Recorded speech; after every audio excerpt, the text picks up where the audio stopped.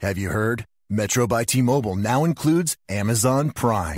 Yes, enjoy the best of shopping and entertainment, movies, TV shows, music, free shipping, and much more. All included for just $40 per line for 3 lines. All on the T-Mobile network. Discover the smarter way.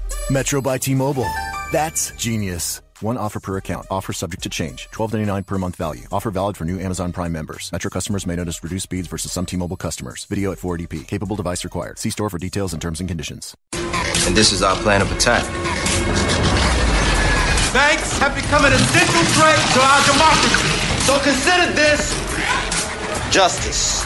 Thank you for listening to Revolution Radio at freedomslips.com, the #1 listener-supported radio station on the internet. Please help support this station so this battle can continue forward. Revolution Radio!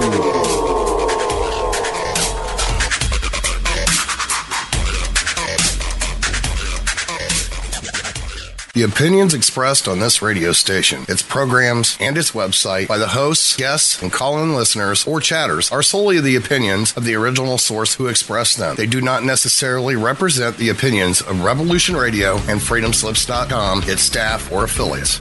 You're listening to Revolution Radio, freedomslips.com, 100% listener-supported radio, and now we return you to your host.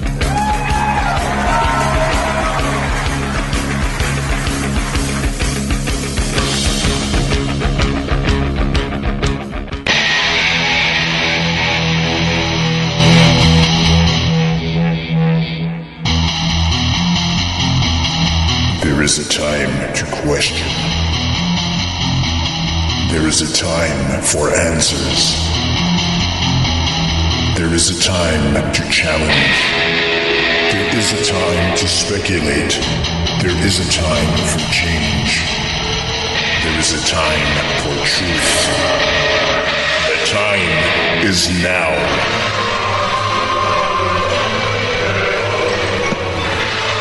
Welcome to Night Fright, your voice in the dark for paranormal and conspiracy radio.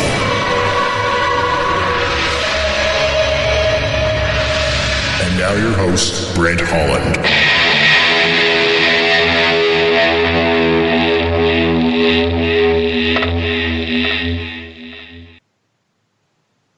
Aloha. No, it's not Brent Holland. This is Stargate to the Cosmos with your host, Janet Kara Lisson, and Dr. Sasha Alex Lisson, producer Thomas Becker, and our guests today are Geraldine Orozco and Cassandra Vanzant. Geraldine is on the first hour. We have to get our, preview recorded because it keeps coming up with the other show. Okay, my apologies. And we are on Revolution Radio, Studio B. And let me tell everybody a little bit about our first guest in the first hour. Her name is Geraldine Orozco, and she's an intuitive DNA reprogrammer and ascension coach. On October 15, 2013, Geraldine experienced a vivid abduction from her bedroom window where she recounts being taken on board a ship, and she met tall grays that introduced her to her 8 hybrid children. This is, the next morning she encounters a hypersensitivity to the human electromagnetic field. And this discovery initiates a journey to find the truth about what happened. So she had a first hypnotherapy session in June of 2017, which resulted in the discovery of repeated abductions originating in her childhood. And she recounts her abductions through her regressions. So this information, there's, I don't have the link here. I'll have to put that on later. She has her regression sessions. She's very bold to post them and put it out there. She's really out there. She's now she's presenting these at conferences. So I'm going to let her tell you the whole story. But if you want to read more about Geraldine, I posted her information on aquarianradio.com. And before we get on Geraldine, I want to test our mic. Sasha, Dr. Lesson, Alex, are you there? I'm here, and I'm eagerly waiting to hear Geraldine. Right. We met Geraldine at a conference in March of this year in California. So we're really excited to have her back on. You've been on before. Yeah. This is a repeat. Geraldine, welcome to the show. Are you there? Is she there? Alrighty. Okay. Not sure what's going on. Janet, just in case such a thing occurred, I have prepared something that people might be interested in that I'd like to read while you're trying to get Geraldine. Okay, something brief while I'm working on this, and I'm going to text the Mad Painter and see if we dropped off the face of the earth. We don't even know if we're broadcasting. Alrighty, okay, so let's see. Okay, is that all right, Janet? Yeah, go ahead. Would you? Yeah. Okay, so this is stuff from Stephen Greer. He's talking about what we've got to come out with, now given the information that we have. Linear relative reality and non-local, non-linear reality both simultaneously exist as reality. Their perception and understanding is dependent on the level of consciousness of the observer. Even physical matter has an aspect of its nature that is non-local, transcendent, and conscious. Conscious, intelligent, biological life forms have physical realities as well as a spiritual potential to manifest physical and spiritually in a multitude of ways. Pure mind, unbounded consciousness is innate to all life forms and is the ultimate highest denominator which all life shares. It's non-local, not bound by the constraints of time or space, but can manifest in time-space reality. Beings which do not have biological bodies, astral or spiritual beings, are also conscious, intelligent entities, and they can interact with conscious life forms, biological and otherwise. The beings that do not have biological bodies can even affect a physical manifestation, and the highest common denominator linking these beings with other life forms and biological beings is unbounded consciousness or non-local mind. The universe, then, consists of both linear and non-linear or transcendent aspects simultaneously at every point in time, space, and in non-time, non-space. Every point in time and space exists in every other throughout the quality of non-locality. God, or a universal all-knowing being, is enhanced by the recognition of this vast multiplicity of life in the universe, recognition of the infinite diversity and limitless scope of life in the cosmos, is what Dr. Greer thinks of as consciousness, of the consciousness, the creator of all, as it were. Yes, Janet, what were you going to say? I don't know. I had to focus on getting her online, so I'm kind of like spacing out here. We've got Geraldine online, but we can't hear her. So I'm going to see if Matt can call her on the phone. Oh, there you are. Ooh. Hello. What was going on? Were you muted or? Oh, yes, I was muted. I wasn't sure if I should jump in or wait for Mr. Lesson to finish, but I am here. Oh, yeah. Yeah, Doctor. It's Doctor. Dr. Lesson. Anyway. Yes. Dr. Lesson. Okay. No, we had introduced you, and then I don't know what happened. Anyway, so we're ready to have you speak, and I guess you missed what I said. I gave a little intro, but go ahead, Sasha. So, Geraldine, start with, perhaps the way it unfolded for you when you had your contact and then the successive hypnosis. And, what I want everyone to know is that Geraldine was already prepared by who she was and her education to make the most of this experience. Okay, go ahead.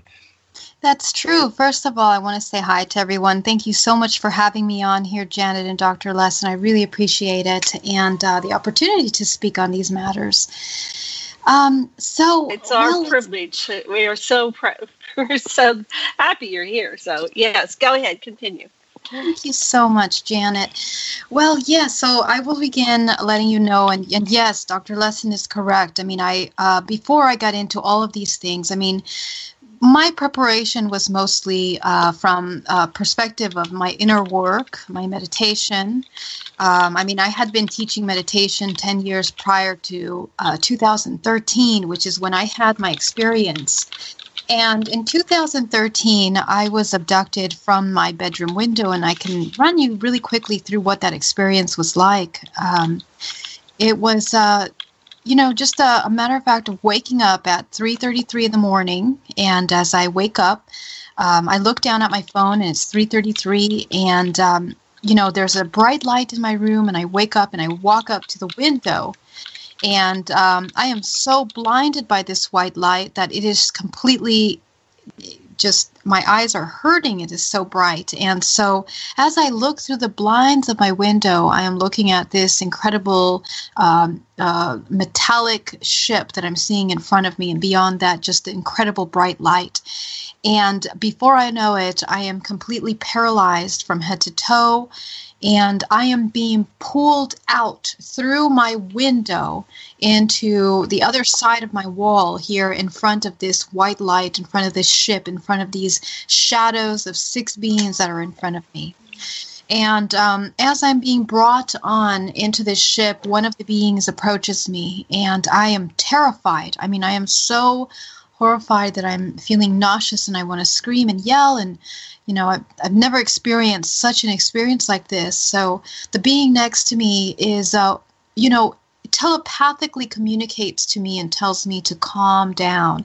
And as he does, all of this fear and anxiousness in my body just immediately melts away. It disappears, and I am coming into this neutral state. And he brings me onto the ship.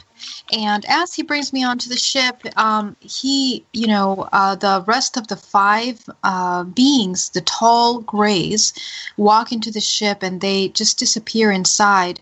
And the being next to me that is bringing me on waves his hand, and the environment around me, now that I'm in the ship, is changing. So as I'm walking into the ship, I'm seeing the metal framing, I'm seeing the metal floor. I mean, I can draw for you in detail what this looks like. And he just waves his hand, and all of a sudden I'm seeing green grass, blue sky, and these strange obtuse buildings. Now, as I'm being brought into these buildings, I step up into one of the buildings and I turn around. And again, you have to understand that I'm kind of in a zombie mode. I mean, I'm not fully able to manage my movements and my emotions at that point. And as I turn around, I'm seeing these 3 beings walk across me, and one of them, as I look closer, is my aunt. And I am terrified at the fact of seeing her in her nightgown, and she is also zombied out, accompanied by 2 tall gray beings, being showcased in front of me here in this room. And immediately, as I start to panic, they shift the entire room, and I'm brought back into the ship. I mean, I've always been in the ship, but as you can see, they manipulate time and space by creating holographic illusions, by changing what was around me. And the next thing I see is these 3 grays in front of me, and I'm looking at this magnificent structure of a ship where I can literally see the metal becoming translucent, because this ship is not really made out of this substance that is like a thick metal. It's almost like this, like a hologram, or like some kind of a translucent material that you can see through. And I can see the stars through. I can see stars clearly through the ship.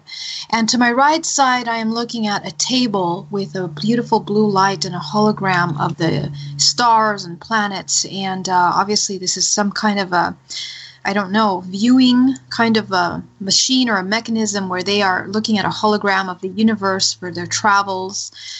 And in front of me, they begin to show me these blue square cubic holograms. And as they show me this, they begin to show me all kinds of information. First of all, they show me alien language. And as they're showing this to me, this is something that I drew, and I remember, because as they're showing this to me so quickly, I'm trying to grasp and remember as much as possible as they're running it by me. And they speak in infinities. I mean, you and I are talking here, having this one-on-one conversation, but our conversations are very limited. It's very limited to the topic that we are, and perhaps we can, divulge in ideas and imaginations of things, but the way that they talk is literally in infinities. It's concepts that are involving ourselves, our environment, and the universe all at once. So it's a very complex way of speaking or communicating. Yes, and I just want to interject and just to say I've experienced that my entire life. It's entire concepts. It's like a whole book at once. It's the whole idea. People always say, "What did they say?" It's not like words like A, B, C, D, E. It's like concept. Right. So yeah, I just want to interject that as a fellow experiencer.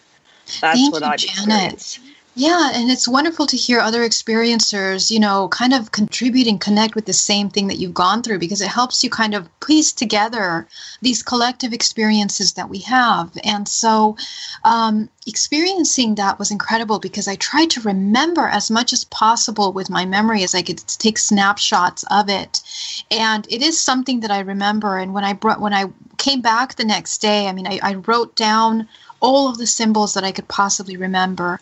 And I have it, and that's what I show in my presentation. I talk about this because later on we'll get into some of the regression work, and through the regression I received information on what that writing, what that communicating was about, and the language, of course. So anyway, they begin to show me a string of information. And for one thing, they show me my most recent past, what would seem my reincarnation, perhaps, or embodiment of a different species that I was previously in a Pleiadian life. And my participation in the Pleiadians and my life there. And, I'm being shown the planet and the people that I was with and what I was doing, which was somewhat similar to what I'm doing now, I guess, which is speaking to people about these topics of ascension and, healing. And the most important aspect of this abduction was the fact that they introduced me to my hybrid children. And as they are showing me these cubes, I see these 8 white lights, and the 8 white lights transform into these beings. One little boy that appears in front of me that is so beautiful, and he has the most beautiful, complex eyes. And the sensation of connecting with this child that is mine, that I didn't know was mine, is just so overpowering. And being able to connect with this child on a level that it is so intimate, and that that this child is a part of you. You recognize him and he recognizes you. And, right then and there, it's clear that that is your child. And the incredible thing about the child is that when the child looks at me, he can see right through me. He can see everything about me since the beginning of my essence. And, it's really something that we as humans, it's almost like learning how to be a human in a sense where you are becoming conscious of yourself, not just in this time and space, this very limited time and space and manifestation of you and who you are, but being able to understand that you are so much more complex and you have a vast history of existence. So that's something that child shared with me. And, I met 4 children that moment on that ship, and each one of them was unique. The second child that was introduced to me was more of a reptilian. He was a humanoid, but reptilian. And the eyes are just the most complex eyes, very deep. And literally, they are reptilian and humanoid, but very large eyes. And I draw this, of course, I draw everything that I saw, and I will discuss that in my presentation. I can show you guys so you can all see what that looks like. But that was just something that changed my life. And after this experience, the very next day, one would think, well, maybe it was a dream. Well, maybe it was just something that you imagined or you saw. And what made it real for me was that the very next week, when I was teaching my meditation student, I was able to see their entire multidimensional body. I was able to see their cords, their ancestral lines, the different layers of their body, how it connects, any kind of illnesses that they have in them. I could see everything. It was incredible. And that had never happened to me. And that was the proof for me of this experience happening. And You know, Geraldine, if I may, this is a very important thing that happened because it wasn't just one way. It wasn't just that it read you. It went two way. You got some of the knowledge.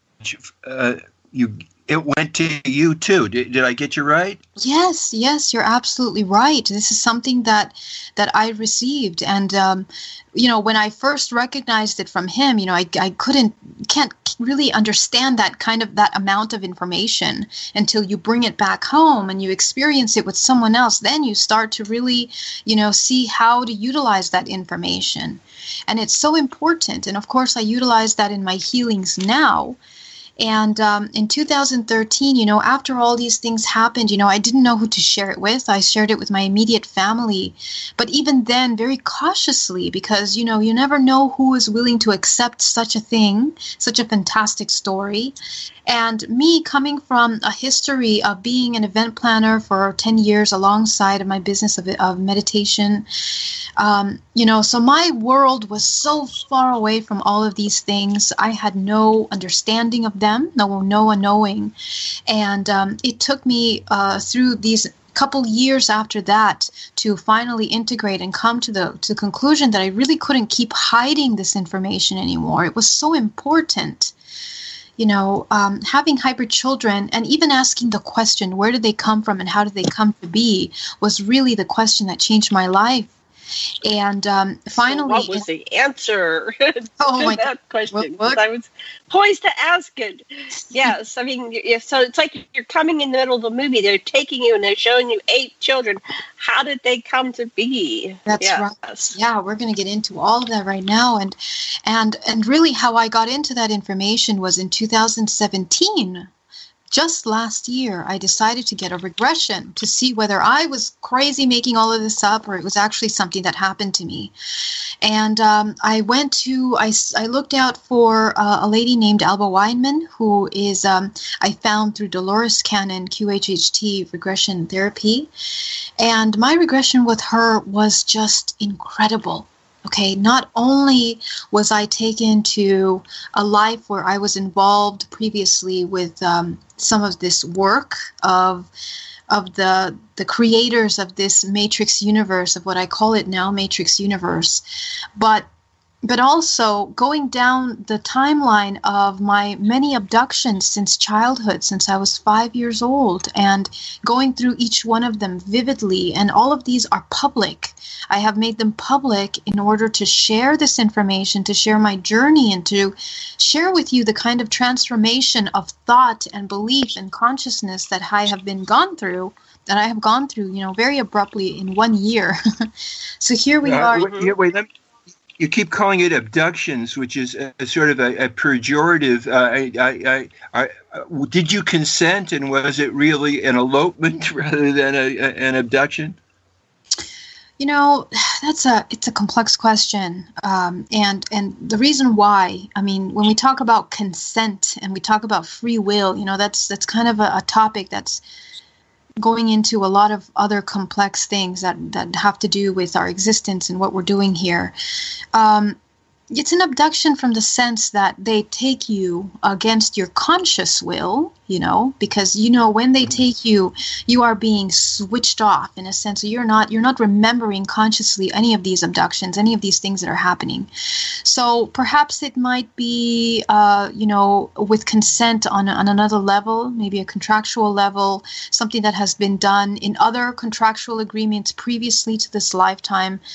And it's very complex, and I'm going to get into that a little bit more. But, to understand that, we have to understand who we are here as humans and our connection to our role that we play in this matrix universe.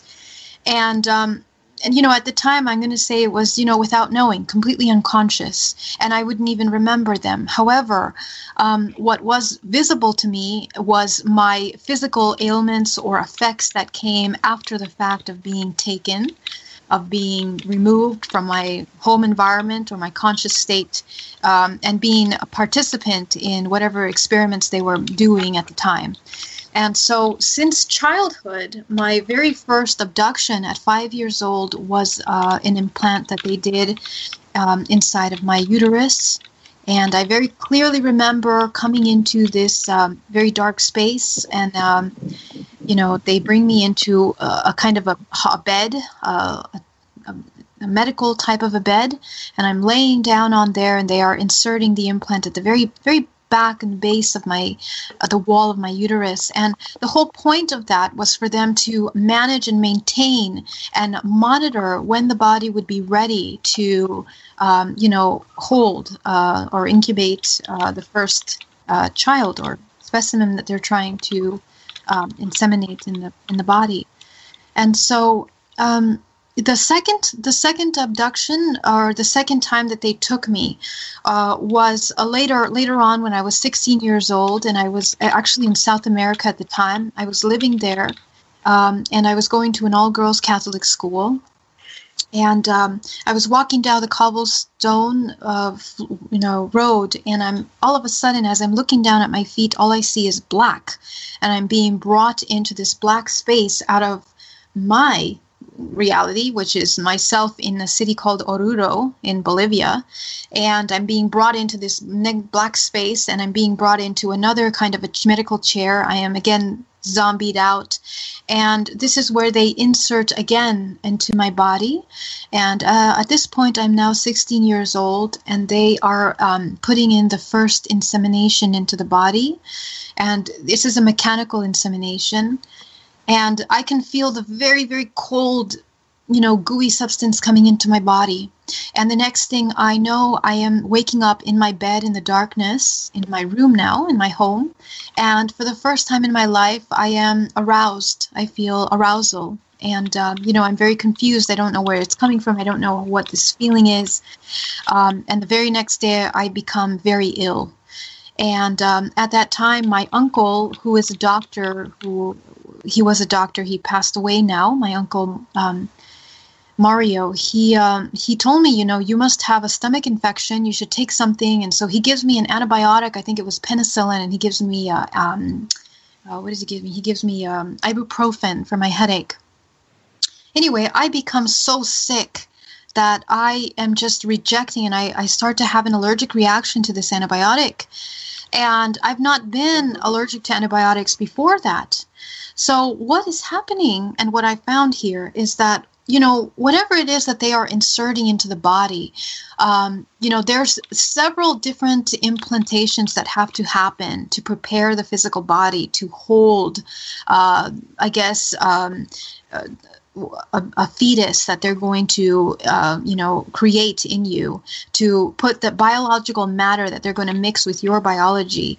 They have to prepare the body chemically in order to hold and create a certain environment for this specimen to gestate in. And so, any kind of chemicals that are put into the body after a fact are going to be rejected.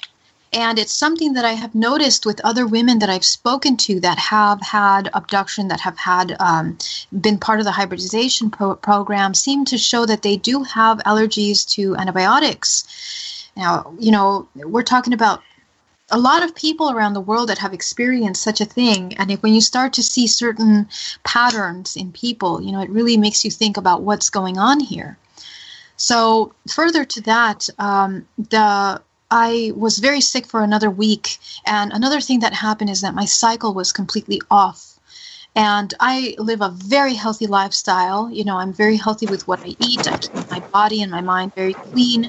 So for me to have my cycle off balance is not something that's common. And so that's something that's very important to state in this, because you will see through what the timeline that I'm sharing with you, that every time that I became severely ill, every time that I had my cycle off balance, it was due to this kind of an insemination that was done.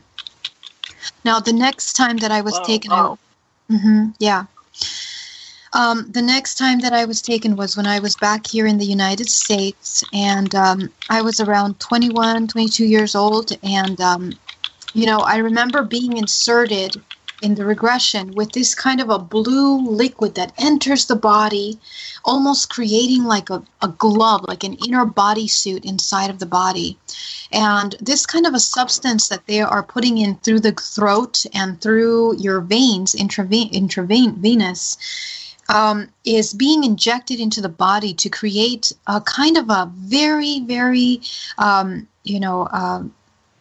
of like a coating for your organs and for your entire body to be able to sustain the kind of vibrational information that they're going to inseminate into the body, which will then turn into the fetus, which will create the fetus combined with my biological information.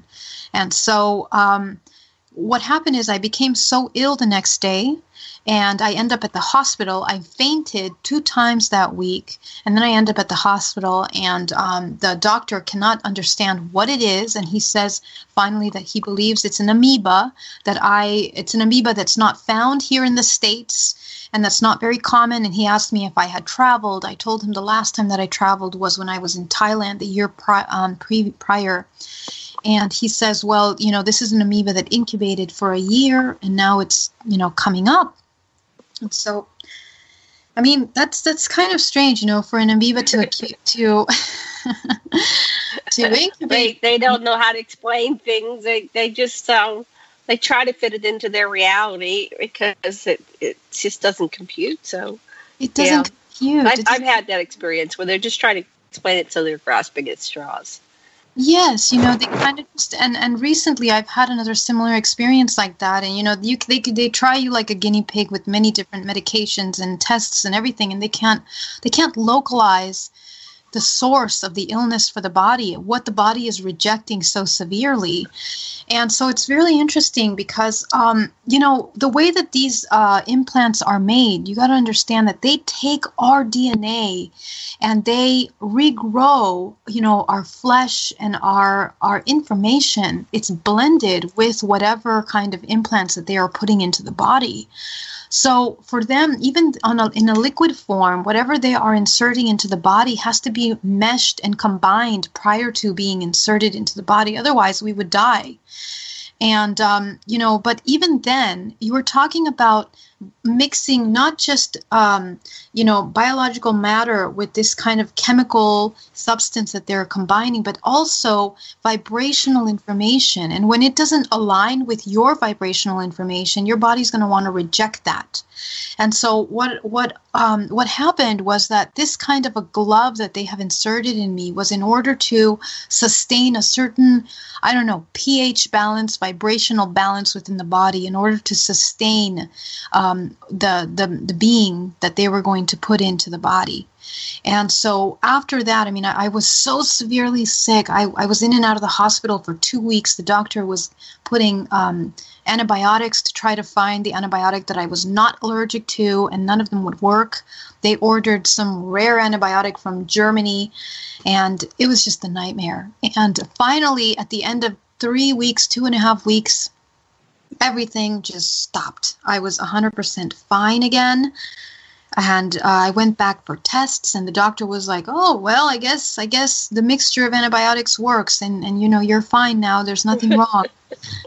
But I hadn't finished a single cycle of the antibiotics. I took maybe 1, 2, or 3 of those different kinds of antibiotics, but not enough to kill something that would be so prominent like that. So it was just... So let me just stop, because there's a very interesting point here. You're saying they mixed your biology beforehand, and so it's the question of the mitochondrial DNA that the surrogate mother ordinarily transmits to the baby. And so I'm wondering, was your body isolated from giving any more of its mitochondrial DNA to the fetus? And was that just a function of what had been combined before, or were you adding to it while you were carrying it? Absolutely. So that's a really important question. Thank you for asking, because there are two things that are happening there. First of all, yes, they do not want any more of that information coming in to the fetus as it's being created. It's a very controlled, environment for the fetus to be growing, because it has to maintain a certain vibrational information. So one thing is the biological information that the body and the DNA is providing the fetus. And of course, anytime that we are taking chemicals or any medicine or any pharmaceuticals that we're taking are going to affect, the DNA and our information. So they do not want any of that to be affecting the fetus. Secondly, from a vibrational perspective, it is absorbing and recording all of the vibrations that I am emitting, during carrying and during the gestation process of the child. So there's very controlled. Two different things are happening there. And so depending on the agenda, now I want to make sure everyone knows that, I have been a part of 3 different hybridization programs, and I have a total of 24 hybrid children, of which part of them are what we understand as low vibrational beings, and other maybe higher vibrational beings, maybe more humanoid beings, and others were a little bit more reptilian humanoid. So different, I've had the ability to see the different agendas, how each one of them carry out their procedures and how they do things. Some of them do it differently, but ultimately the information that the fetus is holding is the most important. So it's always very controlled for their specific agenda. Now, so wait, let me just ask you this. So that each of these fetuses began their existence in your body with you, the mother, the carrying mother, being very ill. And so that they start with sickness. Is that correct? Yeah, you're right. During the lower vibration, as you can see, the lower vibration, agenda, I guess you can say, for the lower vibration beings, I would be very sick during the time of carrying the being, and shortly after I would have a miscarriage. I would miss my cycle, and I would be maybe holding for about a week, 2 weeks, top 3 weeks, and then I would have either a miscarriage or it would just be gone completely. Wow. So do you think they took it? I always concluded that, mine wasn't like a miscarriage. It was just gone. So I think they just came and took it, harvested, they came back and took it. It had been in there long enough. And that played out, for time. I started doing my cycle because I was going through fertilization because I was my second marriage. I wanted to get pregnant. I haven't never had any live births. And so I had to monitor my cycle by taking my temperature every day. So I knew when I was fertile. And so I correlated it with when they were coming and when they were taking it. And it's like, oh, you guys are taking it. And so that's what I concluded. But what's your theory? Yeah, absolutely right. And you're right about that. And the interesting thing about it is that, that's right. When I would have the miscarriage, when I would have, there wouldn't be a fetus, because usually when you have a miscarriage, there is a fetus. There's at least some remnants of, whatever was being created there. And otherwise, and sometimes there would be a very heavy, if you say a miscarriage, it was just the lining that was removed, but so heavy that is not very common. So, a lot of times, and then the last couple times that this has occurred, I literally had a positive pregnancy test, and then I had nothing. So, sometimes it's not, they don't even wait for, your cycle to end like that. It'll just clean out on itself. Mm-hmm. So, and the same as you, I wasn't trying to get pregnant, but I hadn't been on birth control since I was 21 because, again, I'm allergic to all medications. I don't take any drugs. I'm really sensitive to all kinds of chemicals of any kind. So, I don't drink. I don't do smoke or, I try to keep a clean vessel, and being able to track all of the movement for my cycles, I knew when my cycle was perfectly in alignment, and the times that I would start to see an anomaly, I would miss my cycle, and it would feel like I'm very pregnant. I would have all the symptoms of having pregnant, even nausea, even the whole 9 yards. And the thing is that there's a couple different things that I have noticed with my experiences is that, they also do speed up the process of gestation. And I've noticed that because of the way that the body will abruptly come into a more advanced state of pregnancy early on. And you can kind of feel that, you know your body, so you can feel that. And then all of a sudden there's nothing. And then the other part of that is that, when they take the fetus also, they can take it at an early stage, and they tend to do that because usually within a couple weeks, and some of them take it a little bit later. But the whole purpose of that, and I have been on a hybridization ship, so I have seen the process, is that they incubate them inside of these spherical glass kind of containers that are holding onto like a plasma substance, and they will insert artificial umbilical cord along with other kind of insertions that are helping changing to create whatever it is that they're looking to, the end result is.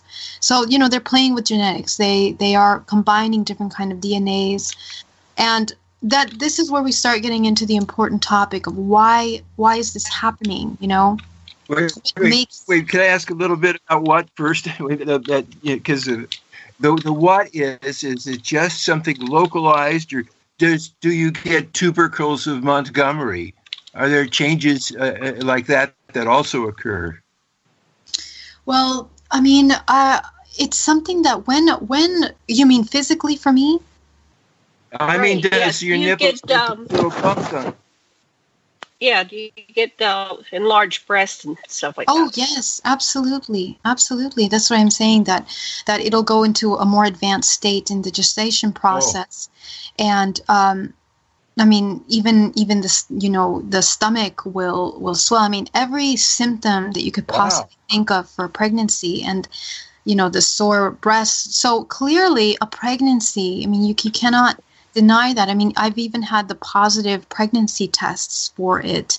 So, when it comes to that level, and then when you trace back to the history here at the times that you have become ill, and I ended up in the hospital ill, and then they don't find the reason why you became ill, this is when things start to become very real for you, And a lot of women that experience this, and I feel like that's why it's so important to talk about this, that they go through these experiences and they don't know how to explain it, how to explain that they have lost a pregnancy, and some people think that it's because of stress, but then when the fetus is not there and there's no remaining proof, and it keeps happening over and over again, we really have to wonder what is happening with these kinds of patterns. And if you combine that with dreams, with experiences of being inside of medical facilities or being experimented on, then, it really raises a question, what is happening here?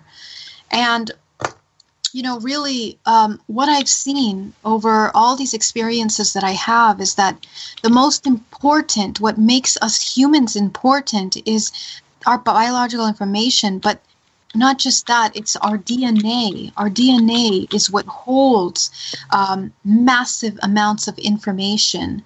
And the information that we are able here to translate is very limited in comparison to the amount of information that we are actually holding on to.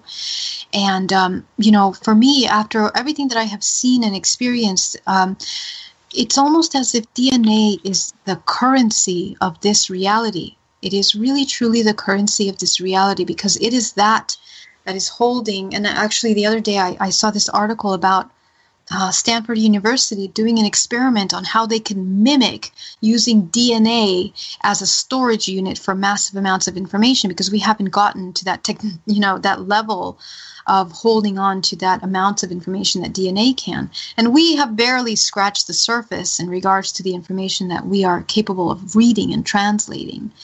So, that was what happened in the first part of my abductions and in my participation in the hybridization program. But I have gone through several regressions since then.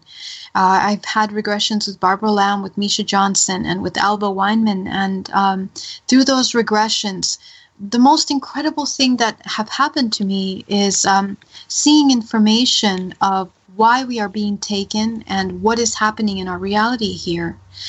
And what I was shown and what I have seen was literally, it's almost as if I was taken in a map of our world, and how different things are being manipulated and moved and shifted in order to create very specific circumstances in our reality here.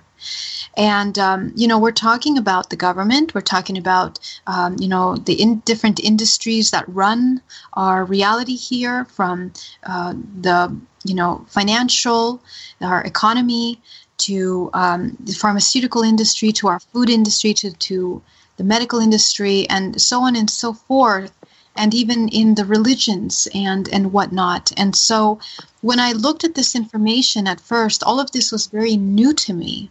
And it wasn't until I sat down and researched and started to look back at our history. It took me all the way back to Mesopotamia and the origins of our life, of our existence here on this planet. And it opened the door to understanding our origins.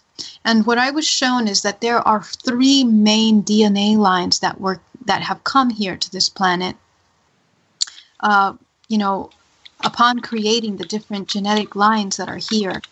One of them was a reptilian line, one of them was an inner earth line, and the third was somewhat of a humanoid Pleiadian line.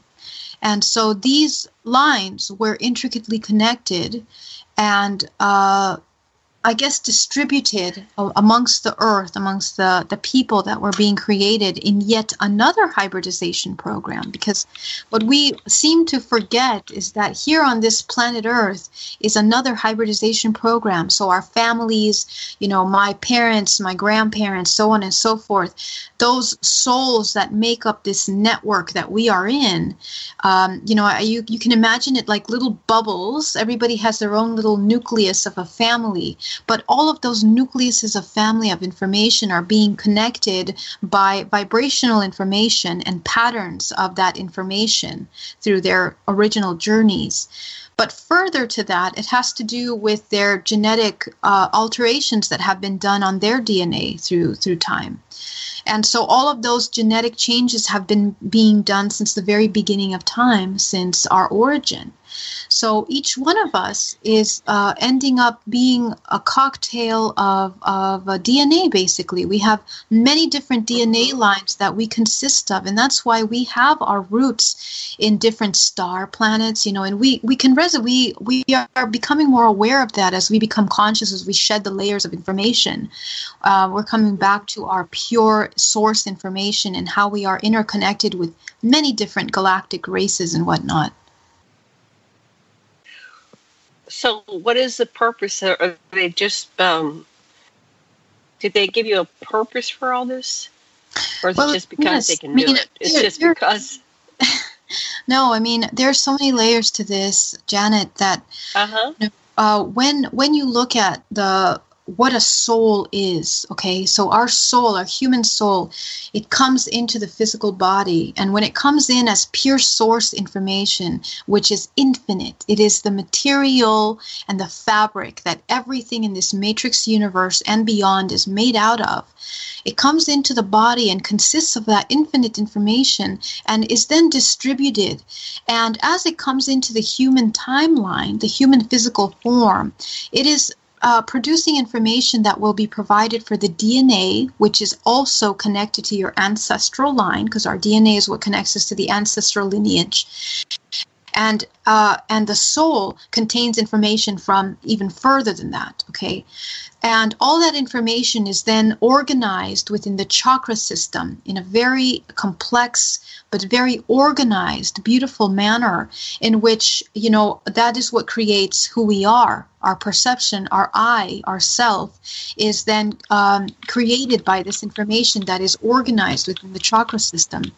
And from that is our perception and how we relate to this physical plane here. But as humans, as souls that are infinite, because we are infinite, we have the ability of accessing pure consciousness. And what makes humans different from these other beings, these organisms that are here, I want to refer to them as organisms because ultimately we are all organisms. We are all different entities, just different shapes with different genetic makes. But ultimately the fabric of consciousness is the baseline for all of our creation here. Even if it's on a lower level or on a higher level, we are all, the basic line is consciousness. And so, when you look at that, at all the different species that make up this matrix universe, you're going to see that some of the oldest races here in this reality date back to the origin of this matrix universe. And they seem to be what appear to be the draconian race. And from what I've seen, this is they are master geneticists that have created the very beginnings of our origins here with genetically created, whether it's, this artificial intelligence or this biological intelligence, because ultimately the human being is the most advanced biotechnology in this universe. And that being said, our ability to move in and out multidimensionally, we have the ability of accessing higher vibrational levels. We have the ability of accessing the lowest vibrational levels. And that very wide range that the human has the ability to access is limited by the physical dimension that we're in. However, the human soul, the source essence, is just encapsulated inside of this physical body. But beyond that, the information and the ability that it has to experience its reality beyond this matrix universe is very vast. It's infinite. And these beings, this matrix universe that was created here by these, I don't know if you want to call it beings or these organisms here, in a way, it's almost as if they are a manifestation or a malformation that have rejected the consciousness within themselves. So they require a live source, a live support to maintain them in their desired vibrational manifestation. And so when you look at the universe and what this matrix universe looks like, beyond that, you can visualize it like a giant egg-shaped organism. And then within that is our small nucleus of our matrix universe. And what we tend to believe is what we think is God or source or infinite consciousness is just the information that is beyond our universe, our reality here. Now, if you take that another step, you're going to see the vast creation of the universe beyond that. And each one of those layers of existence have different fabrics, different threads that are streaming. Like a prism, for example, if you shine a light through a prism, you're going to see different rays of colors. Each one of those different rays of colors is a definition, is a certain separation of information. So that information is basically, fractals of itself, right? And so in that same way, entering different dimensions is a different levels of that information. So basically, bringing it back to home, these beings that are here in this matrix universe require infinite life source from us humans or from source beings that hold this source soul in order to produce vibrational information which they feed off of. And, depending on the race, they are feeding off a lower vibration, which is why it's so important to talk about this, because the things that are happening in our world around us, we can take it to the politics, to, all these problems with Pizzagate, all of this abuse and harm that is being done on children. all of these negative energies that are being created is a certain very low, slow wavelength of information which provides a very heavy food source for these beings. So it's not to say that things are good and bad, because ultimately we have to reintegrate, and I know we don't have a lot of time here, but we are reintegrating duality, and because infinity and source is not one or the other, it is both integrated into one. Mm-hmm. Right?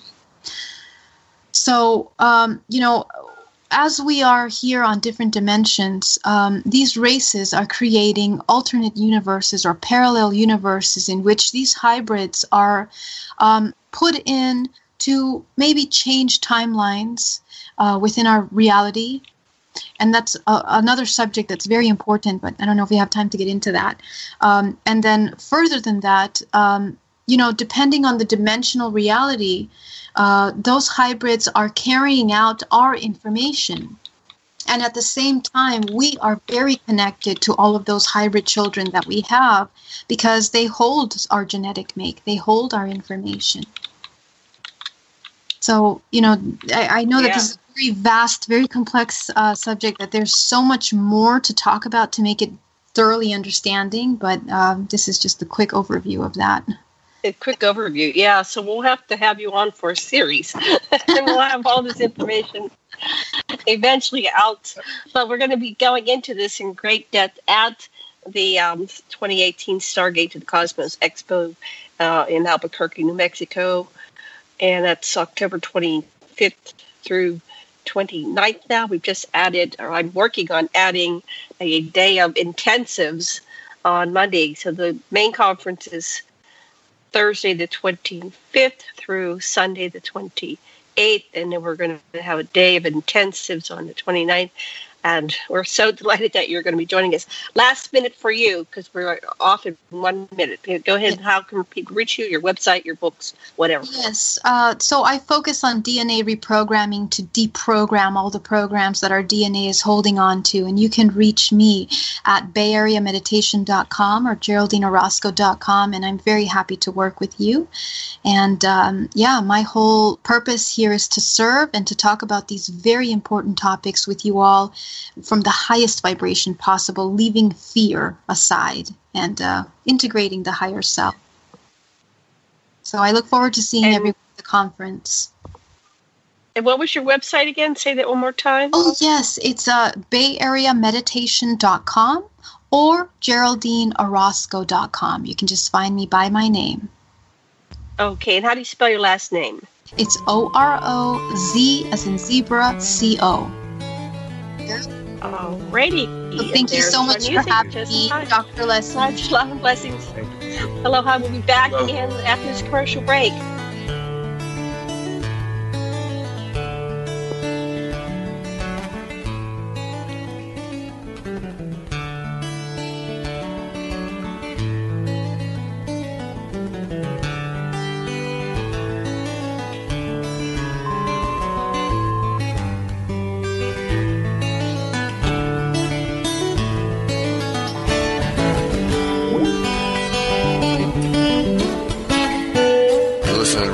Radio at freedomslips.com, and we'll be right back after this message.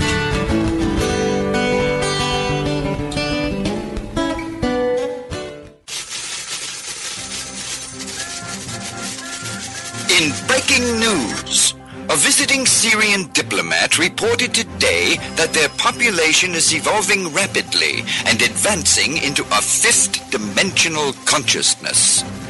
They are seeking peace with all cosmic cultures, which may mean that the Earth will be asked to join the prestigious Galactic Federation of Light Alliances. Please join Debbie West and Michael Hathaway on Lost Knowledge, Saturdays, 3 p.m. Eastern Standard Time in Studio A, for the latest breaking news on the Star Visitors' peaceful contact and the ongoing project of cleansing the Earth. Who are you? I am the architect. I created the Matrix. I've been waiting for you. Why am I here? You are the eventuality of an anomaly which, despite my sincerest efforts, I have been unable to eliminate from what is otherwise a harmony of mathematical precision, which has led you inexorably here. You haven't answered my question. The Matrix is older than you know. As you are undoubtedly gathering, the anomaly is systemic, creating fluctuations in even the most simplistic equation. Choice. The problem is choice. Right here at Revolution Radio, freedomslips.com. Be here Wednesday evening at 8 p.m. Eastern Time for Private Eye Matrix Revealed with Monique Lassonde.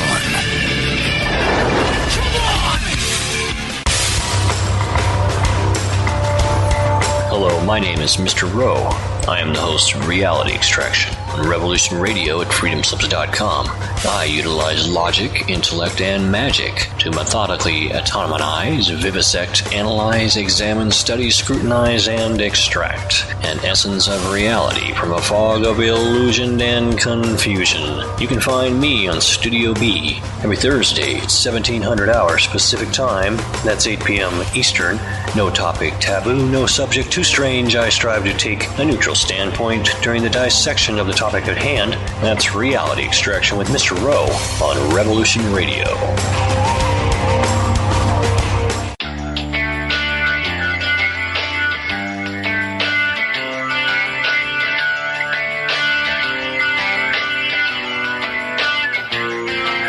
This is Thomas, a.k.a. a Mad Painter. I'd like you to join me Monday nights, 10 p.m. Eastern Standard Time for Open Canvas. Don't forget to bring an open mind. Yes, folks, that's right. Bring an open mind to an open canvas. Again, that is Monday nights, 10 p.m. Eastern. UFOs to government corruption. This is Revolution Radio, freedomslips.com. You don't need to expect us. We're already here.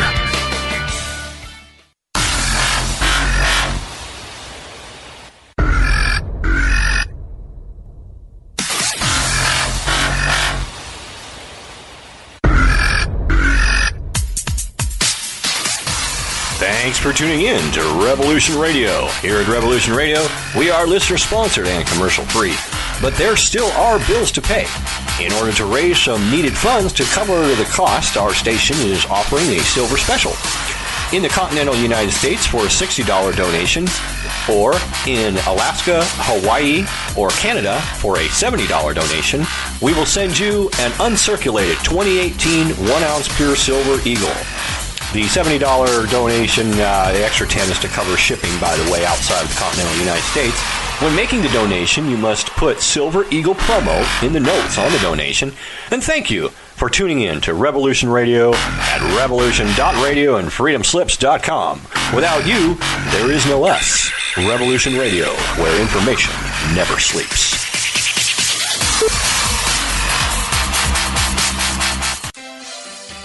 Hello, this is Maggie Rose McGrath of The Concord Show. And co-host Marine Corps Map, coming to you on Monday and Tuesdays in Studio A, noon to 2 Eastern. And Studio B on Wednesday nights, 10 p.m. to 12 a.m. Eastern, with educational, instructional, information, and situational updates, often with wonderful guests on the current landscape in the U.S. and overseas. This is a go. We are with you, side to side, and back to back. Please join us on Monday through Wednesdays, as well as other hosts and guests here on Revolution Radio. We're not gonna take it anymore. That's right, we're not gonna take it anymore. We said we're not gonna take it anymore. That's right, we're not gonna take it anymore. The opinions expressed on this radio station, its programs, and its website by the hosts, guests, and call-in listeners or chatters are solely the opinions of the original source who expressed them. They do not necessarily represent the opinions of Revolution Radio and freedomslips.com, its staff, or affiliates. You're listening to Revolution Radio, freedomslips.com, 100% listener-supported radio, and now we return you to your host.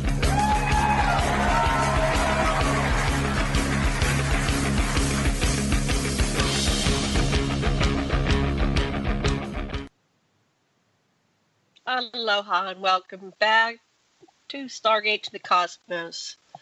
on Revolution Radio. And I'm your host, Janet Kira Lesson, with my co-host, Dr. Sasha Alex Lesson. And we just finished with a lovely interview with Geraldine and Orozco.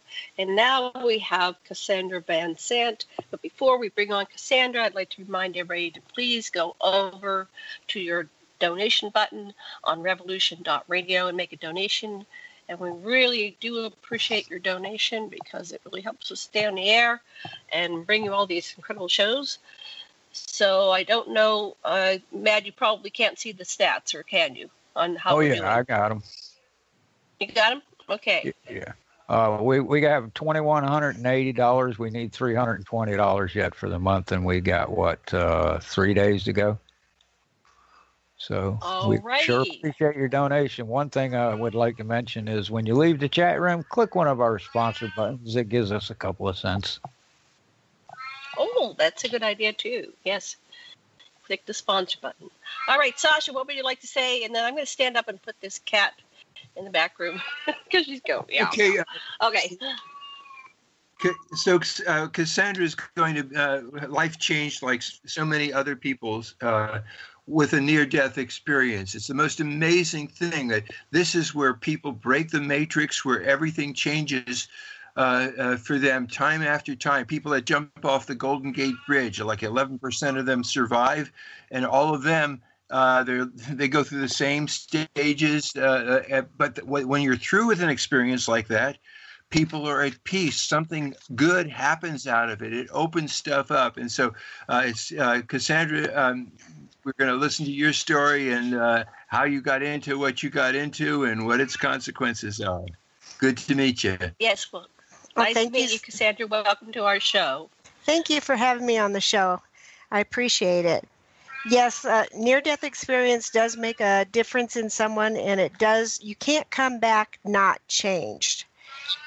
That's exactly right. And I know that when I had mine, that was when I saw my spirit guide, my angel, and my ET.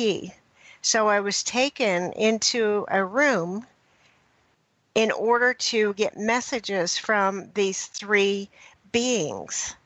And I remember I was really upset because I was looking for God, and I had to take time out for my spirit guide to go into this room and talk to everyone. And I said, I am dead, so I need to find God. And they said, don't worry, we just need to talk to you. So I went in there and I had a conversation with all three of them. I can't remember what was said, but I do know that when I got out, I said, okay, I'll see you later. Now I'm going to go find God.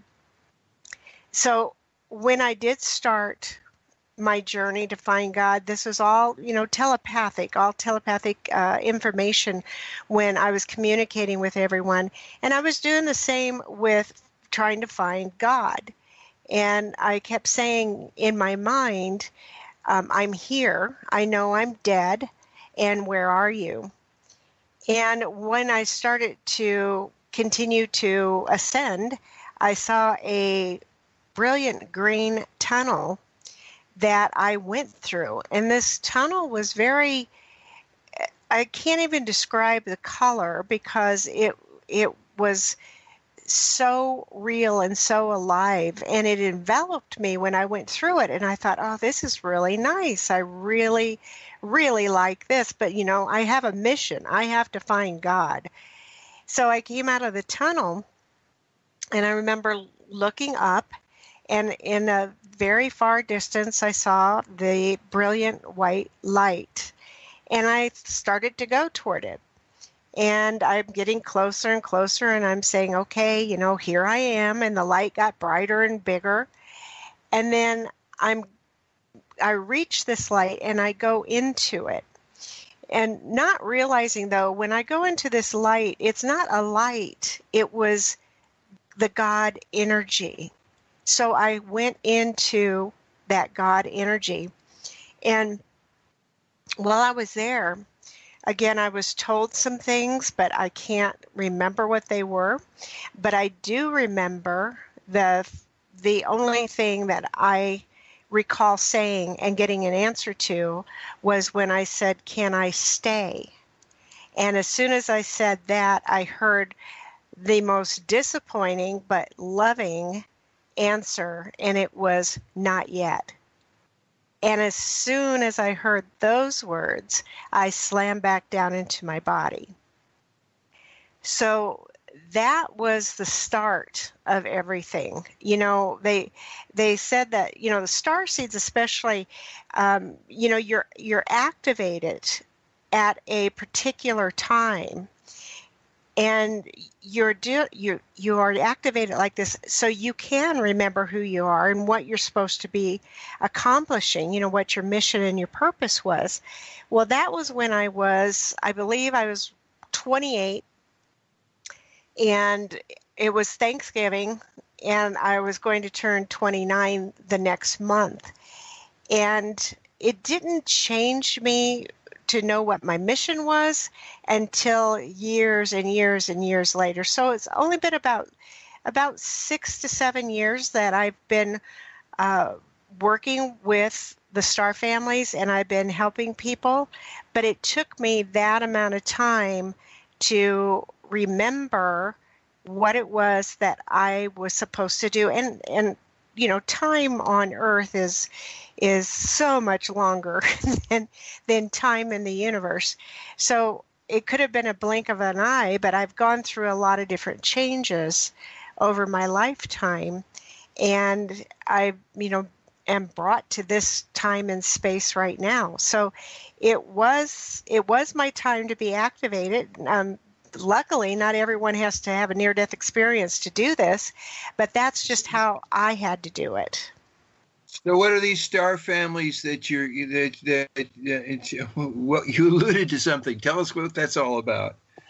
The star families. Right, and then, after you're done with that, because I'm going to go on mute because I don't want to make noise, and I have this noisy cat and I can't catch her. But after you get to the star family one,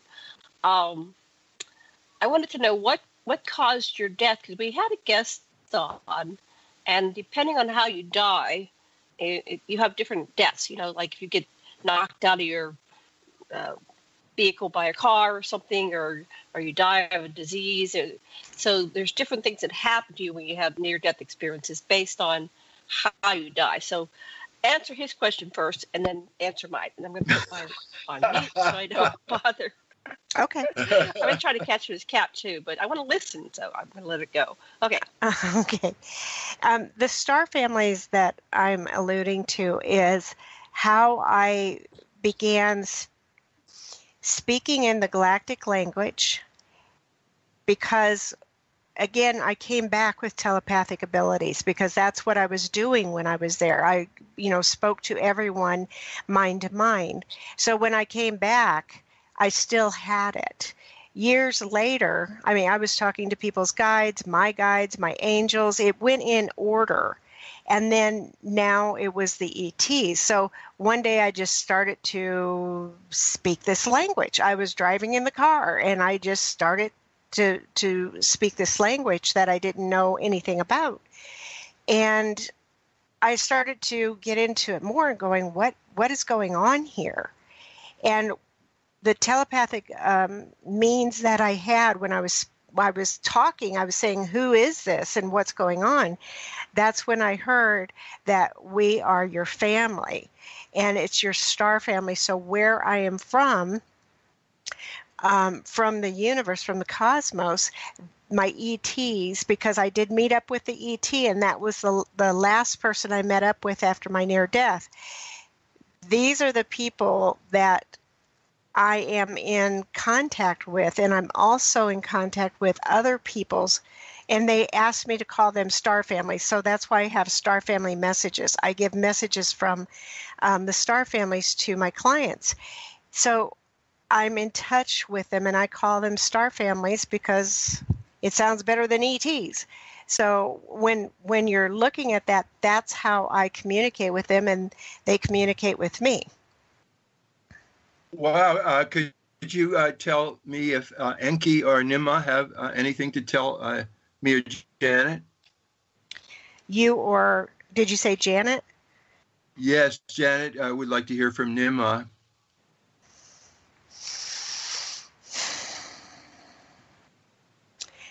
Spell that, Nima? Ninmah. She's also known as Ninharsag or Mommy. She is the mother of us all. Oh, okay. Okay, I'm going to connect with that person. I'm going to give you a message that they're giving me, and then they'll translate it afterwards. So I just feel I need to do it like that, okay? Mm-hmm. All right. Fine. Nima. Isham. Nik on the shit do shatai mataya shikira moshula. Nahai te kishi terra matedamba. Dogoya sisera no daria masi. Lokoshake kal isis or matera. Nokoshi nahe do ish nahai merikula. Lehi la papayushu kai. Nahashitu ishi na mahe, lekula mashika la mashutai. Know that what you are doing right at the moment is being guided, and you are being led by very, very strong entities and beings that are here for you. Know that at times it feels overwhelming, but when you look to us, you call to us, you think to us, then we are here and we're helping you right at this very moment. In fact, there are more things to come that will help you in the long run. So the season that you're going through right now will become quieter and gentler, and all of the things that you need to do will be revealed one step at a time. That's what they have to say. Thank you. You're welcome. That was wonderful. Yapata. So then Sasha wants to know what Enki says, if you can reach Enki. Enki. Adonai. Enki. It is Naromba una siunte se Nia seke papa in siura baba siri kila da mbai use bet yumba unko koeshi mate si lo magamba he wada he na na ku mai si mate he na ba hem bai te kashita mashita nukula mariam de e ma bashi mbai leki laki lupapashi. Oh, all the things that are working now for you are going to be exploding. Know this one, because you also are a warrior and you are going to be going places. You know that all the things that you are doing now, again, are leading up to one of the most ultimate satisfactions that you have been looking and searching for.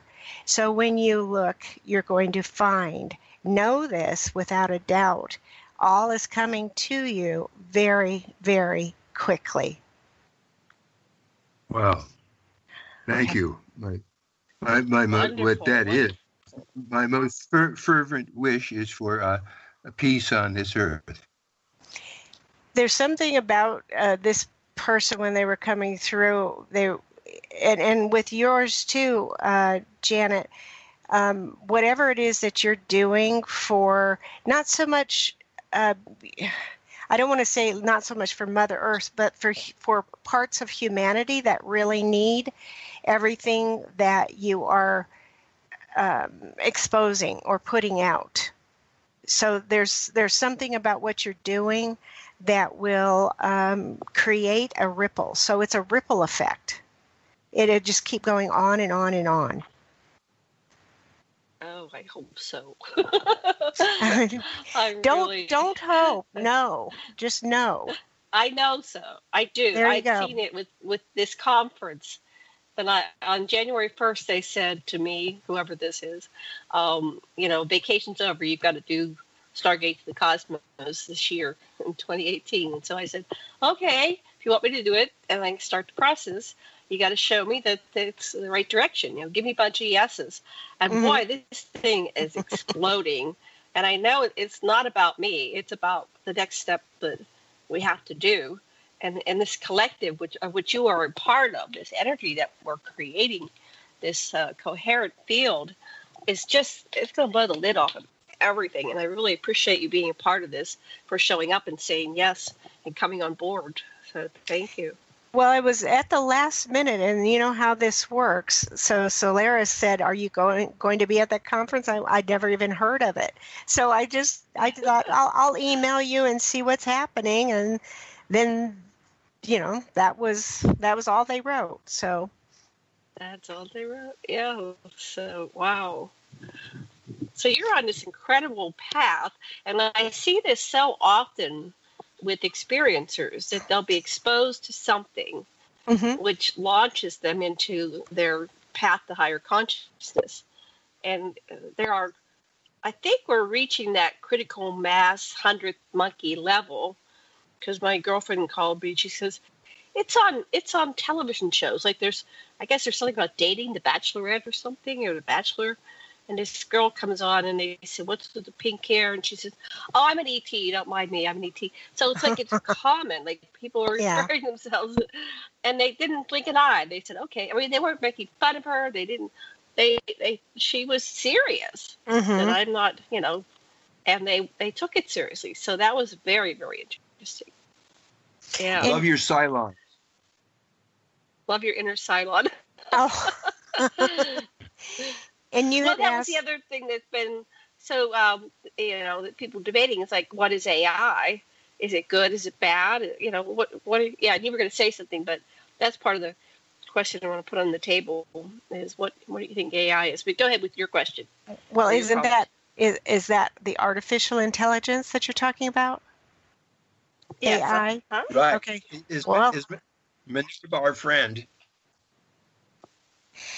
Well, it's artificial. So, it's like sweetener. Is that good for you?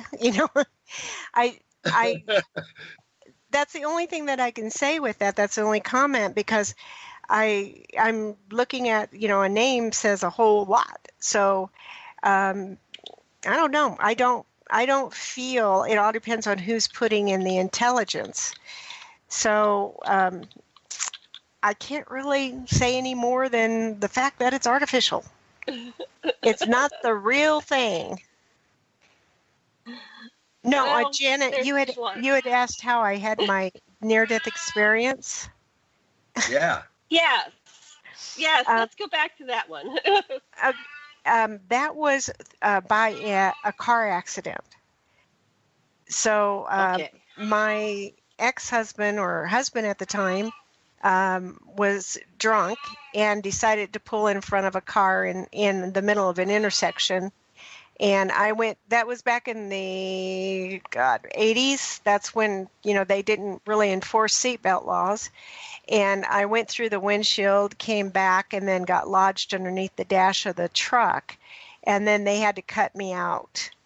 So it was very, very traumatic. And I fortunately didn't know anything more about it until the minute, I woke up, because everything went black. And afterwards, the sad thing about it was I had this wonderful experience, because when I was sent back, when the God source said not yet, I mean, I literally just slammed back into my body. And where I was in, a room all by myself with a sheet over my head. So I was dead. And I slammed back in my body just in time for somebody to be walking by to see that. So, they rushed me into the ER and started to stitch me up and everything. But when I got home, I was telling my husband at the time, you won't believe what happened. You won't believe, the things that I saw and what was going on. And he didn't want anything to do with it. He didn't want me to talk about it. He didn't want anything. But obviously there was guilt involved there. And I had this all by myself. I had no one to talk to until the universe sent a wonderful friend into my life, and I could tell her these things, and she wouldn't go, "Are you nuts?" She'd just go, "Tell me more." Mm-hmm. Wow. And I did. Well, we're glad you had somebody to witness you. And that's really important for people to listen and don't judge. If anybody's out there and this isn't your reality, first of all, if you start judging it, you're not going to get the full story. You're not going to know what's going on. You're never going to know the person. Well, that's when in front of you, and it might be someone you love. When people started to come to me, especially when I was on the Anderson Cooper show, they aired it. People started emailing me, and they were like, "Oh my God, can you tell me? I have this experience. Do you think I'm crazy, or can I talk to you?" Or, they were very, they were starving for someone that would not judge them. If somebody tells me I just saw a ship, the first thing I do is tell me about it. And they kind of look at me like, "What?" And I'm like, "No, tell me everything. I want to know." And then they open up, because that was, that's their truth. And that's the thing that they need to embrace. And if it's just one person that helps them, then that's all they really need, because it will start opening up more to them. You know how many people close down when they see a ship or have an experience or an encounter? They close down, and they can't enjoy what experience was there, because they're afraid of the stigma or, the taboo or being labeled or however you want to put it.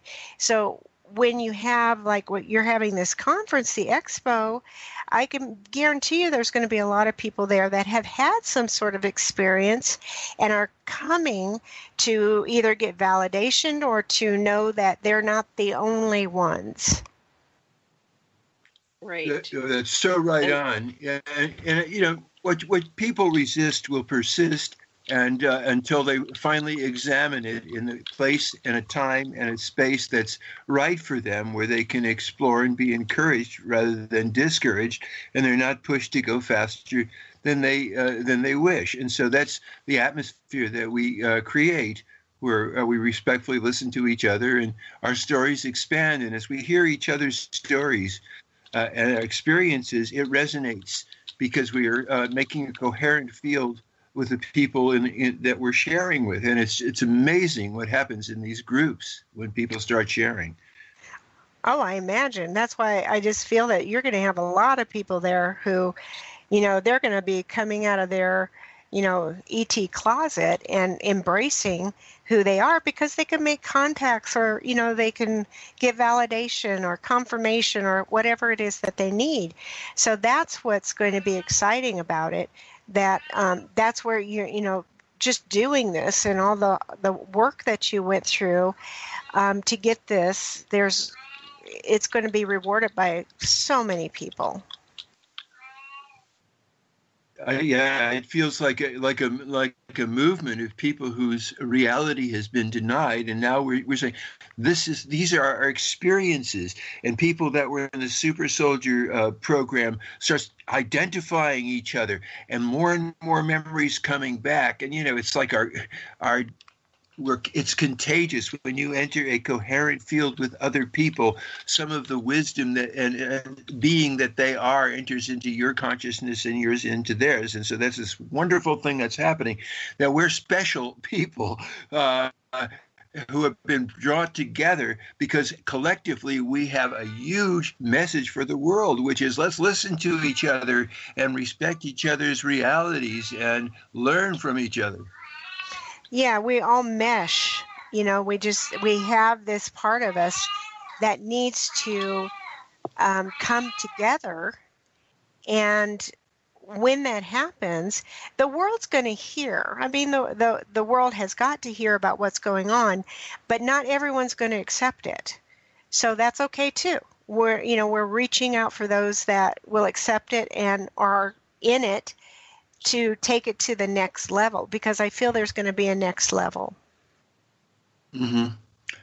And part of it is to accept the people that aren't accepting. Like you're okay if if your way of looking at things is fine by you.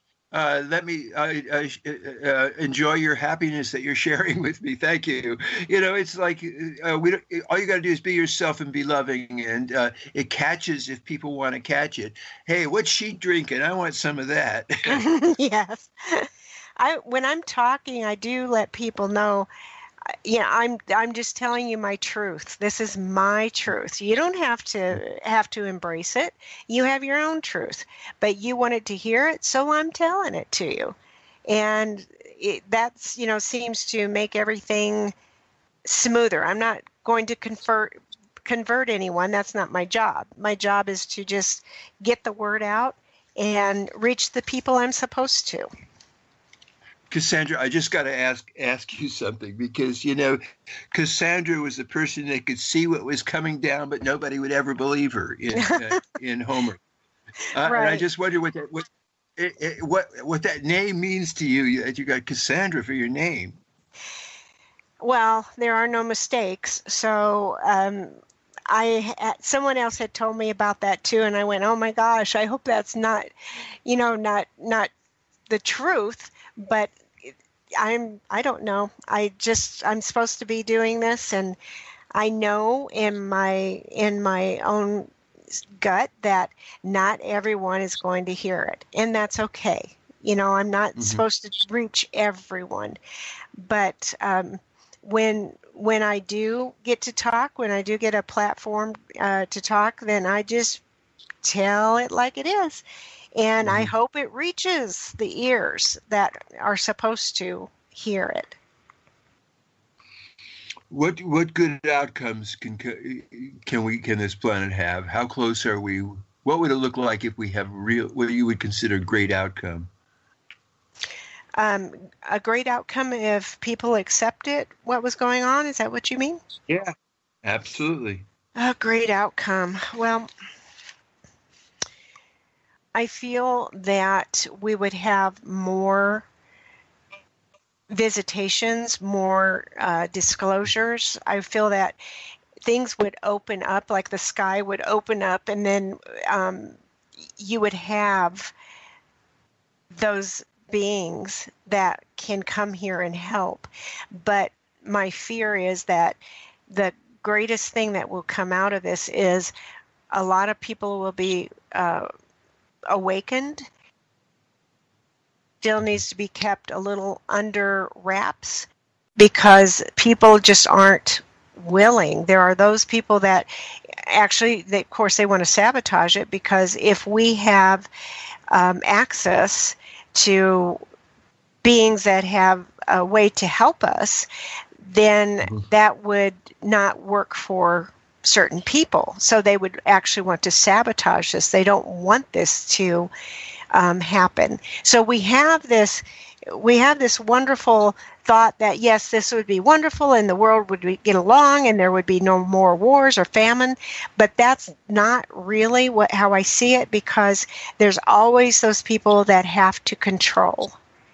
And so they're controlling the masses, the people that are being put in fear, and who are being bribed in a way to keep this 3D life, because we can all experience the wonderful life besides this 3D. You've probably had experience as well as I have when you are reaching out.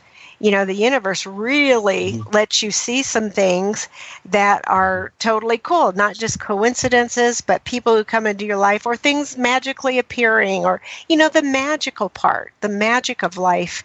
So we're never going to have that balance. There's always going to be someone who wants to control, but we can tip the scales the more we get everything out there. So when we're tipping the scales, then the people who have control won't have as much. And then, you can say, well, you're, 100 steps ahead of them now. And it just keeps going and going and going. So that's the best outcome that I can see. I mean, I would like it to be, everything would be perfect and, the world would be rosy. But I don't feel that because we still have people who want to control. Wow. That could have been Cassandra, the daughter of Priam, way back in Troy. I could feel the energy of the images of those echoes, Cassandra. Wow. But so the real question for me is if and all of us created this experience I'm having now, we existentialists would say that the challenges that we feel that are designed to motivate us, that we are being controlled by a hierarchical, misogynistic, warmongering murderers who stab each other and keep people enslaved financially or by gunpoint, and can we compromise with these people and find out some way of giving them love and attention, and so they're human beings and they remember that we are they and they are we. Look what happened to President Carter. He turned into a human being later on after he wasn't president. It's like, is there some way we can get past separation and make it win for everybody? Honestly, I don't feel it. I would love to say that, but they're not giving me anything. It's like, no, because this is the way this world is set up. And it would be great, to have that, but I don't feel it because there are people, and in my first book, 2012, Coming Out of the Coma, they talked about the controllers. So the controllers are those who say, don't worry, we'll do it for you. Or you don't have to do this, we'll do it. So eventually, over the eons, they take over not so much your free will, but your ability to connect with Source, because they can do it. You don't have to do it.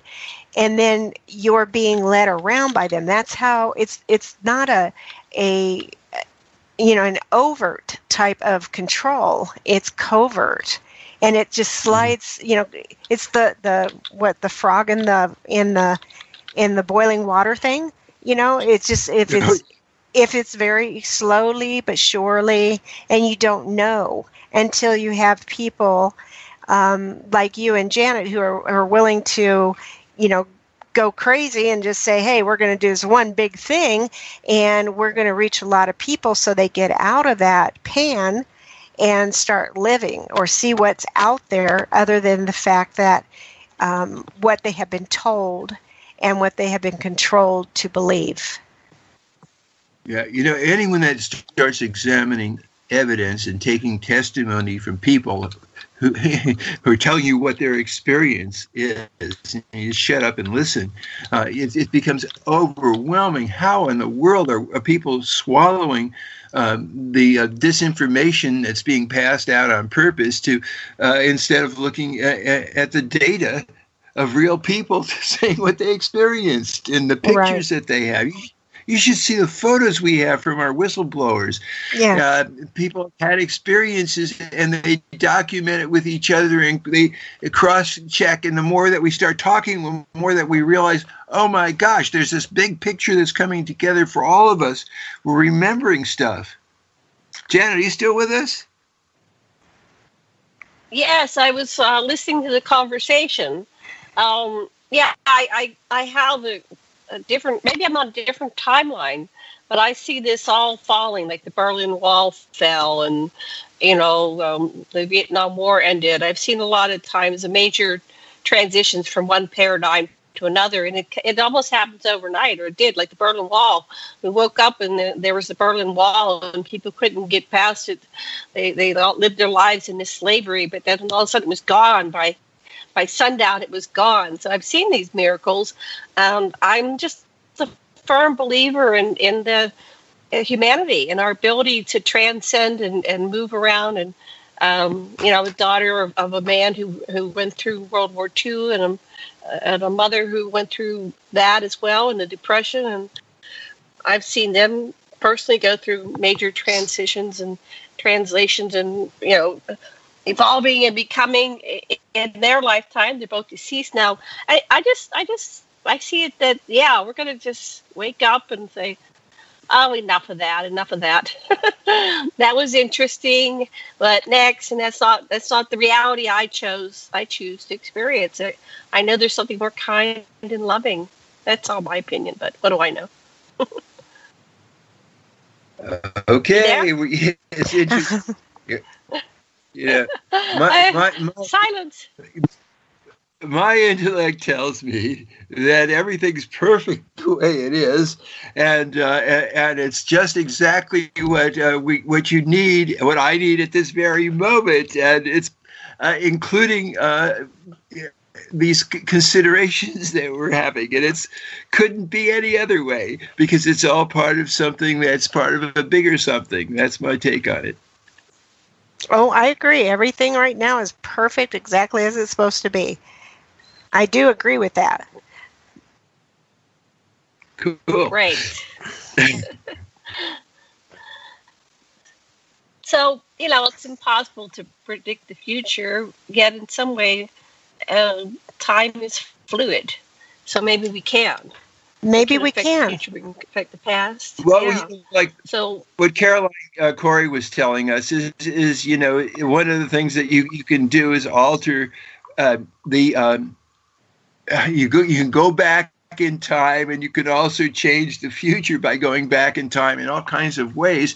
And she demonstrates this with the two-slit experiment, how it keeps there. It's all so fluid that anything, and Stephen Greer says the same thing, that even though things seem like they're fated, like this apocalyptic vision that you have seems most likely, even though that seems most likely, it's still, there's still opportunities, especially for intervention with the kind of people that you're talking about. The tall grays are Anunnaki. We know they've come back to, we are their project. They made us, and they better get the hell back here and help us. And they said they would, and they're coming. And Galzu has sent them, and they're here. That's who you talk to.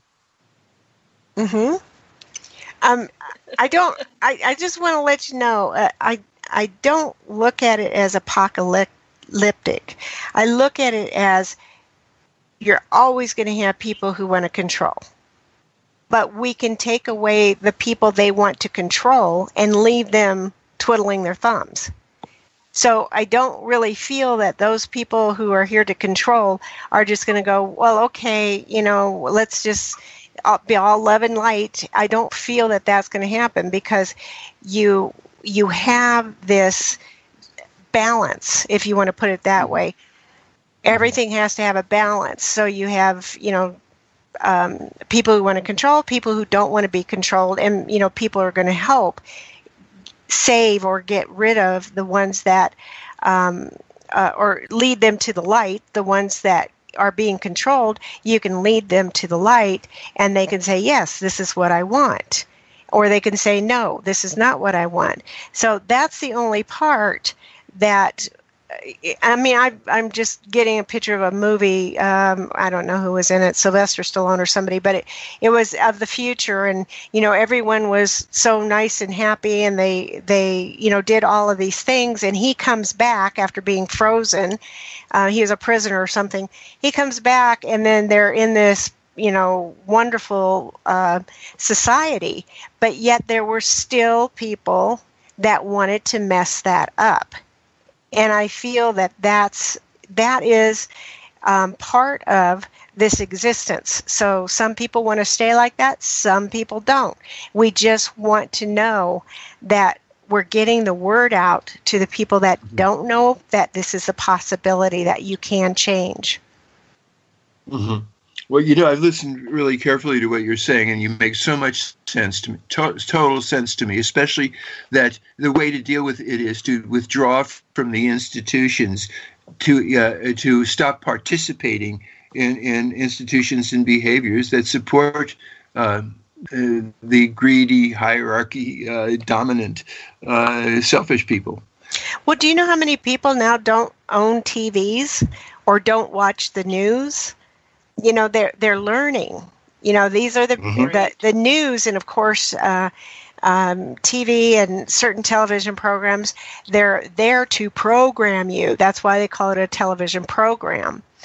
And that's also with the news. The news is, oh my God, I refuse to watch it. I might read a little bit, but I refuse to watch it. And it really just grates against my soul. And I know it's doing that because it's not right. It's not real, or they're trying to get something over on people. They're, the misinformation, and why are they doing that? All these things that happen, big events that happen all of a sudden, what are they doing? They're making a distraction. Why are they making a distraction? You never find out why until months later.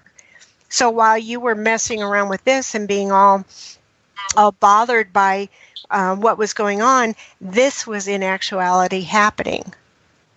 Right. Yep. Distraction. Mm-hmm. Mm-hmm. Diversion. Well, there's something to be said about the container for the polarity. I've had other guests, and they've conveyed the same thing, that in order to have the light, you have to have the dark. Mm-hmm. Because we're in this operating system of the polarity paradigm. So my question is, and I think that's what's being discussed, or what's happening on some level, is moving from this current operating system, like going from Mac to Windows, right? Mm-hmm. And to have something, a different container for the creation of diversity and creation itself. We need to have a container, like the platform upon which we act out things and create things. So that's part of the information I got, is that's what the the cycles through the galaxy is about.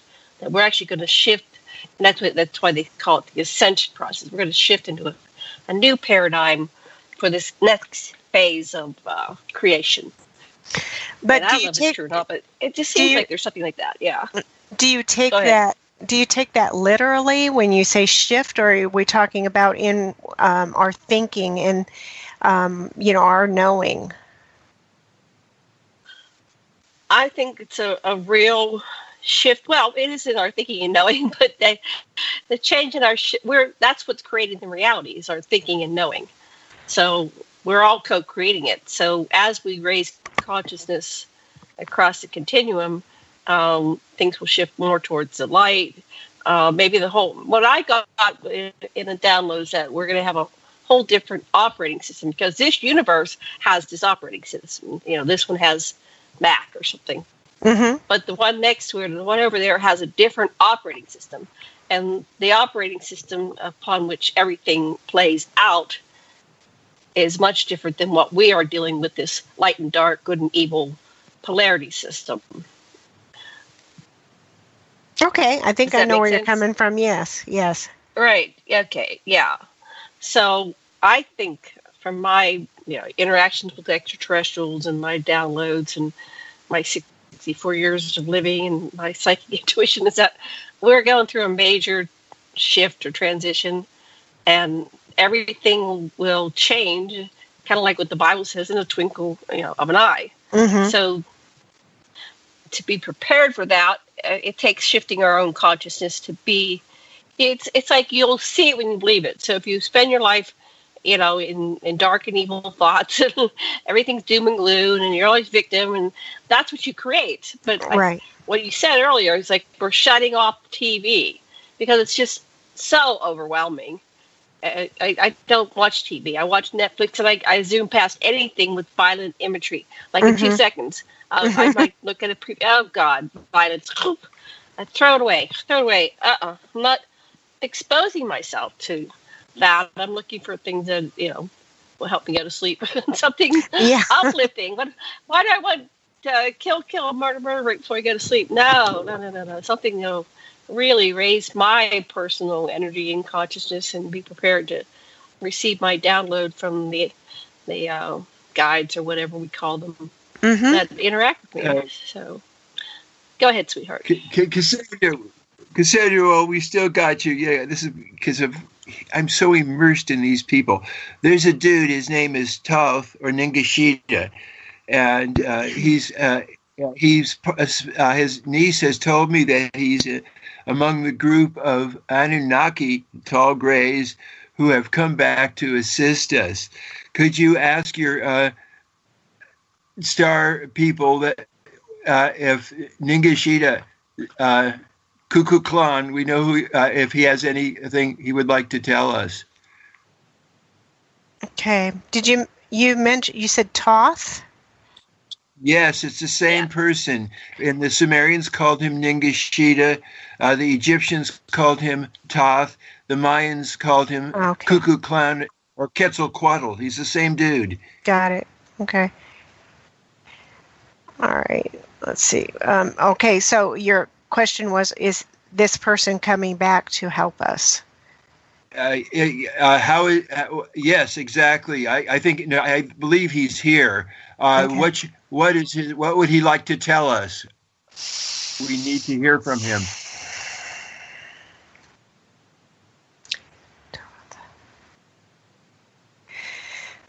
Hold on for just a minute, Toth.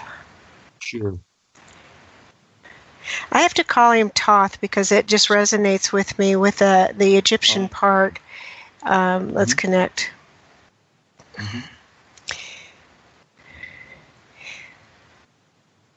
Neum deum ish yum jinamada neum deum ish mario de she bata isim neum naum ashiuma neum Jashum leumba iru shikum ne neum naum jishui enum peku eshe kekose tehem tai umasi nabahai. I am here. Never doubt what is coming to you. For now is not the time to expose what I am doing, but know that I am here. I am here. Trust what you feel, trust what you get, and know that all things now are coming into the light, and all the light is going to be shining very soon for all to see. What is very soon? It is not what you feel in the realm that you're living in right now. It means it can happen at any second. So look, watch, and listen. That's what he has to say. Oh, thank you. Shalom.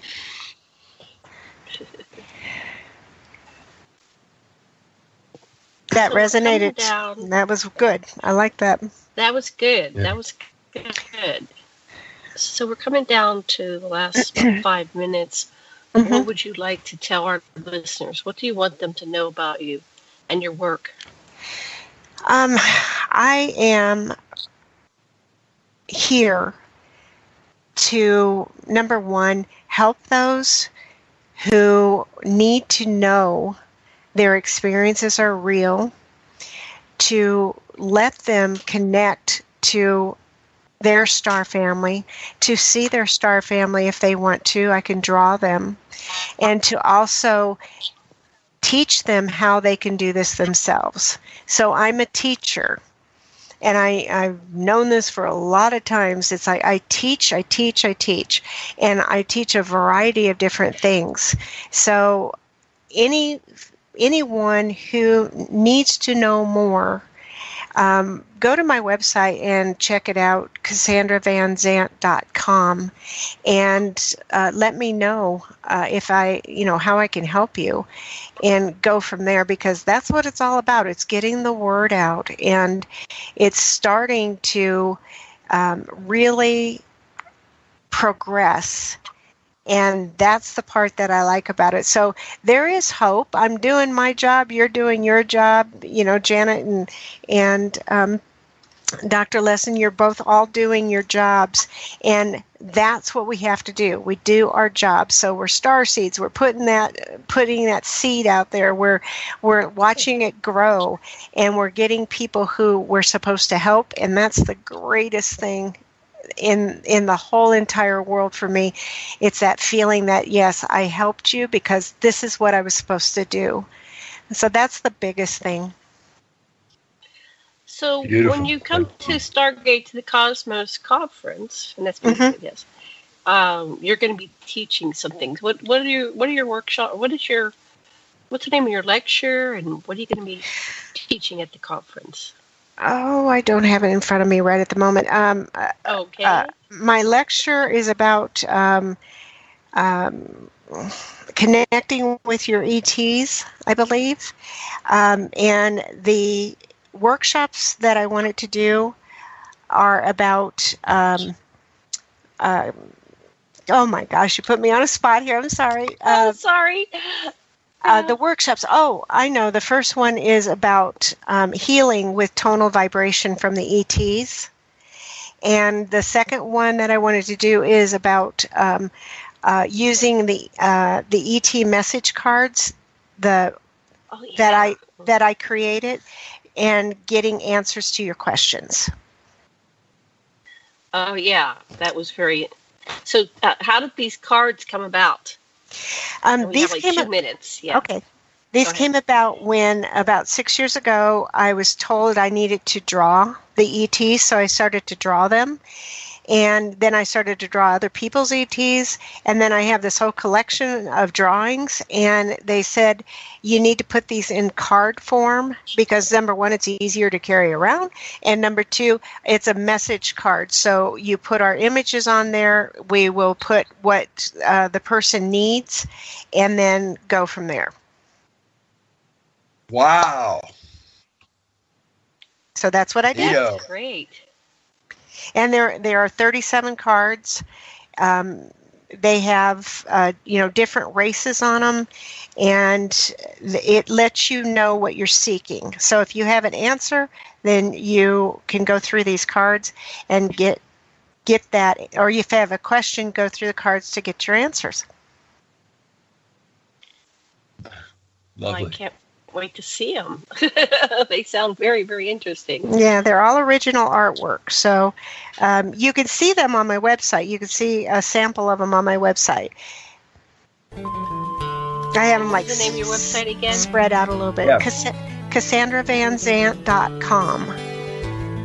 Okay. And we're coming up at the top of the hour. So just wanted to invite everybody to come to Stargate to the Cosmos, October 25th through the 28th at the Ramada Midtown in Albuquerque, New Mexico. And the website is stargatetothecosmos.org. And I'm not sure where our exit music is, but any final words, Sasha? Just become yourself. The past is a goodbye. You're listening to Revolution Radio at freedomslips.com. We'll be right back. Right. Where are you going to next? Besides that, are you doing other workshops or conferences or other events? I don't have anything Thank you right for listening now, to Revolution sure Radio at freedomslips.com. Any commercial advertising you may hear in this program is of the sole discretion and benefit of the host of whose program you are listening to. Revolution Radio does not endorse any commercial products, nor does it accept monetary compensation for on-air advertising of commercial products, nor will it ever. We are and shall remain 100% listener supported. Any product advertising on this program are considered used at higher risk, and Revolution Radio shall not be held liable for any claims or damages received from any product advertised within this program. Revolution Radio, where information never sleeps.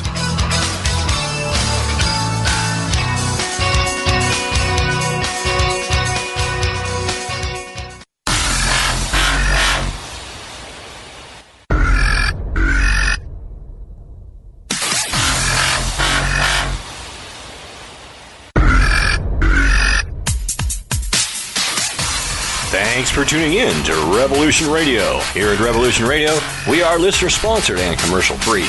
But there still are bills to pay. In order to raise some needed funds to cover the cost, our station is offering a silver special. In the continental United States for a $60 donation, or in Alaska, Hawaii, or Canada for a $70 donation, we will send you an uncirculated 2018 1-ounce pure silver Eagle. The $70 donation, the extra 10 is to cover shipping, by the way, outside of the continental United States. When making the donation, you must put Silver Eagle promo in the notes on the donation. And thank you for tuning in to Revolution Radio at revolution.radio and freedomslips.com. Without you, there is no us. Revolution Radio, where information never sleeps.